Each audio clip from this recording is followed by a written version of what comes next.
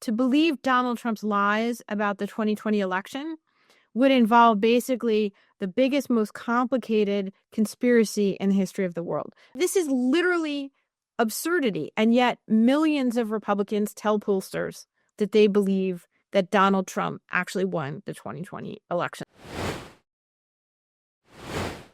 Okay, let's talk about elections. It's another hot topic. Trump has said he wants to nationalize elections in 15 so-called crooked states. He did not elaborate. Steve Bannon calling for ICE to surround polling sites. As we mentioned, Pam Bondi asking for voting rolls in Minnesota in order as an exchange to pull back ICE. There was that situation in Georgia where they seized 2020 ballots. The Save America Act is happening, which is something that passed the House, and it would require stricter voting requirements. You had to show a valid passport or birth certificate, a driver's license. If you don't have a driver's license, there's another one, even stricter bill that's working its way through the House. It's unclear whether the Senate will approve either one. But all of this, what does this say to you about the midterms and whether or not they will be contested?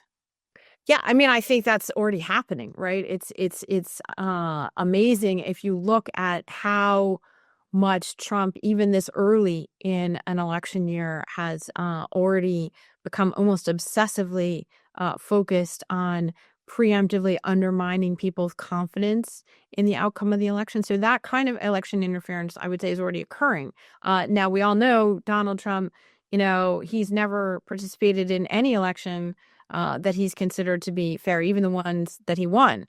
And that's his MO. What's happening this time, I think that's very concerning, is that it's happening earlier, more voluminously, more specifically, and with more purpose. This is not just a rhetorical assault that we're seeing on, preemptively sort of saying like, well, any election that I don't win myself isn't going to be fair, but he's taking a lot of very concrete actions and doing so much earlier than he did when he was worried about the 2020 election, when he was worried about the 2018 midterms election. He started much later then and did a lot less.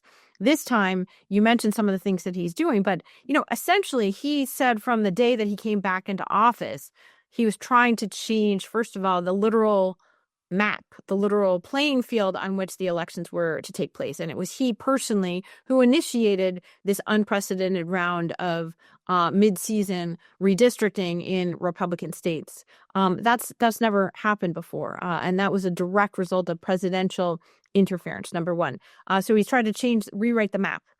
He's trying to rewrite the history. So you had this amazing raid on the Fulton County, Georgia election office to seize the ballots from 2020. That's not just about proving him right in his false claims about the 2020 election, but it's also, I think, a kind of a sort of a template for what we could imagine them trying to do in the 2026 election, which is to do what he couldn't do in 2020, to stop the counting in contested places before results are declared and winners are certified. I think that's the takeaway that he has about 2020. It was not that he shouldn't have done what he did in January 6th, but actually that he should have been more aggressive.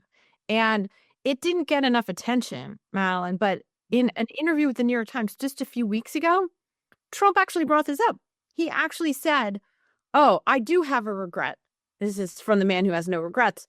"I should have seized the voting machines in 2020. Now, that is an incredible statement, So, Why is he doing with those ballots from Georgia? Does anyone know?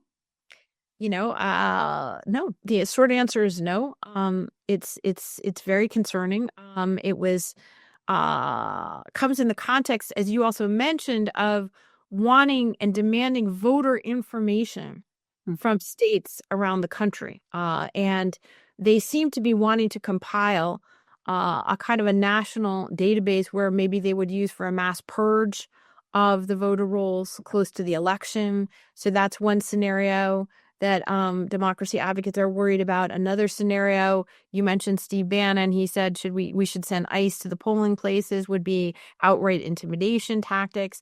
And then I think where election law experts I've talked to, where they're most worried It's about this idea of stopping the counting or intervening, to call into question the results in enough places if the election was close enough for the House of Representatives, if they're able to call into a question enough seats, that Mike Johnson could simply refuse to seat winners in enough places to hold on to power there. That's the big scenario that people are scared of. The Constitution is very clear about this. It says right there in writing that it's up to the states to regulate the time, place, and manner of elections. So outright nationalization, as Trump is talking about, is inconceivable. But I think this kind of intervention is something that we have to take very seriously. Hi, I'm Pat Morrison, one of the hosts of America at a Crossroads. If you like this video, don't just watch. Head over to our website where you can subscribe for early access to new programs, see our upcoming schedules, and connect directly with our guests in our weekly live streams. Thank you for watching. Just throwing all of this doubt and confusion into the air, into the atmosphere over the elections seems to poison this idea that they are free and fair, which is something that is, I don't know, just goes at the basics, the basis of our democracy, that we believe that these elections are fair, or free. And how can we support a leadership, a government that perhaps isn't of our liking if we don't believe that it was fair?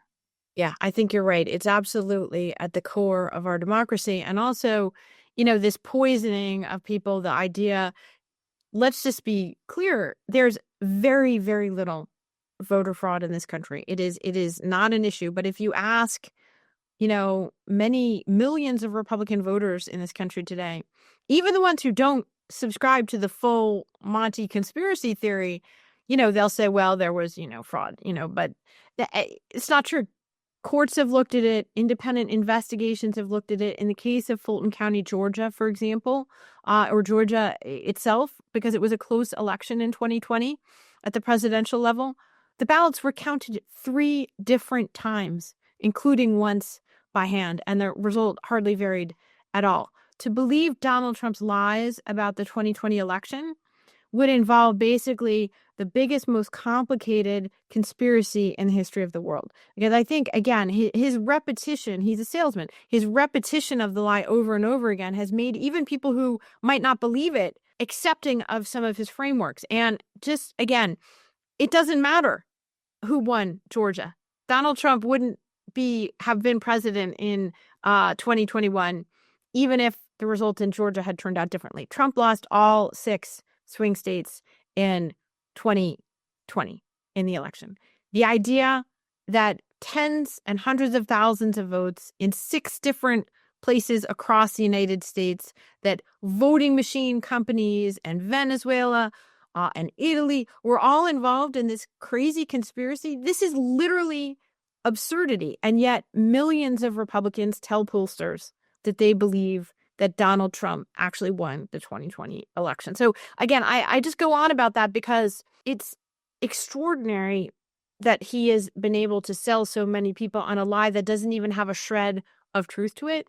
What would he do with a situation where there was a really close election, where there was a shred of truth to it? The 2000 election between Al Gore and George W. Bush, that was a really close election. That was basically a tie, and it came down to essentially 500 votes in one state.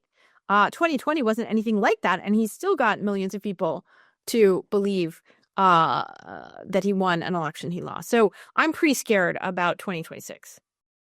Join us next week when military historian and Washington Post columnist, yes, he's still with the Washington Post, Max Boot, will be in conversation with Larry Diamond about the future of Venezuela.